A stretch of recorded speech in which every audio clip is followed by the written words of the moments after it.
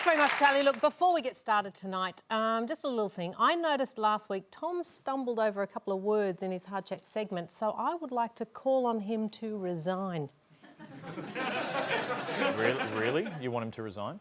No, not really. I'm just jumping on the someone made a mistake, they must resign bandwagon. It's my new segment. I like to call Kitty Flanagan Bandwagon Rider. Kitty Flanagan, Bandwagon Rider. Resignations. Here is a list of people whose resignation has been demanded recently. Labor says Barnaby Joyce must resign. Liberal MP Dennis Jensen says Tony Abbott must resign. Rupert Murdoch says Peter Credlin must resign. The Saturday paper says Greg Hunt must resign. Jackie Lambie says Christopher Pyne must resign. Jeff Kennett says Bill Shorten must resign. Penny Wong's got resignation fever. She says any Liberal minister must resign. Erica Betts says, oh my God, I can't go on, I'm sorry. I have bored my own pants off. I know what you're thinking. Oh, Kitty Flanagan wears giant underpants. She must resign. She must resign. Did you notice the one thing all those people have in common? None of them has resigned. Not one. My point is, shouting, you must resign, is like shouting at the moon. It's like throwing cheese at my cat. It's pointless. My cat's not scared of cheese. Here's the thing.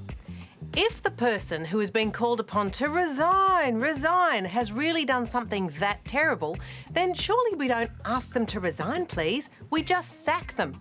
And if what they've done isn't terrible enough to sack them, then shut up, people. Just shut up. What we need is a way to determine what constitutes a resignable offence. And for this, we turn to my patented Nixon resignation scale. Nixon, the gold standard, the poster boy of resignation. Now, using the scale, let's examine the recent Bronwyn Bishop case. She took a chopper from Melbourne to Geelong at taxpayers' expense. That's poor form. But as far as transgressions go, is it as bad as tapping phones and tampering with evidence to cover up a crime? Probably not. So if they don't resign, and they never bloody do, and we're not sacking them, then how do we teach them a lesson? Firstly, they must apologise. Secondly, they must start doing their job properly. And thirdly, they must wear this. This is a giant penis suit, or what Will Smith might call Big Willie style. It says, I was a massive dick, everyone. I'll be in this for the next 24 hours because the Weekly busted me using company cab charges for personal travel on the weekend. I said sorry, I paid the money back. Now, I spend the day as a dick.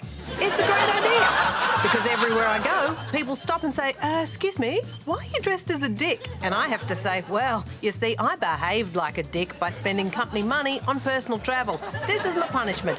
Yeah, it's humiliating, but it's better than being sacked, and it guarantees I won't make that same mistake again. Lesson learned.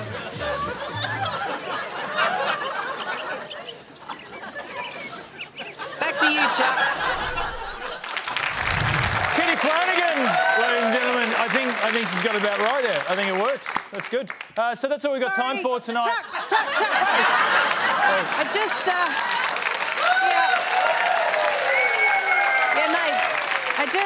mate. I need to clarify my position on Bronwyn Bishop in light of recent events. Now we all know it's obviously more than just a chopper. I think saying 24 hours in the penis punishment suit, it's not enough.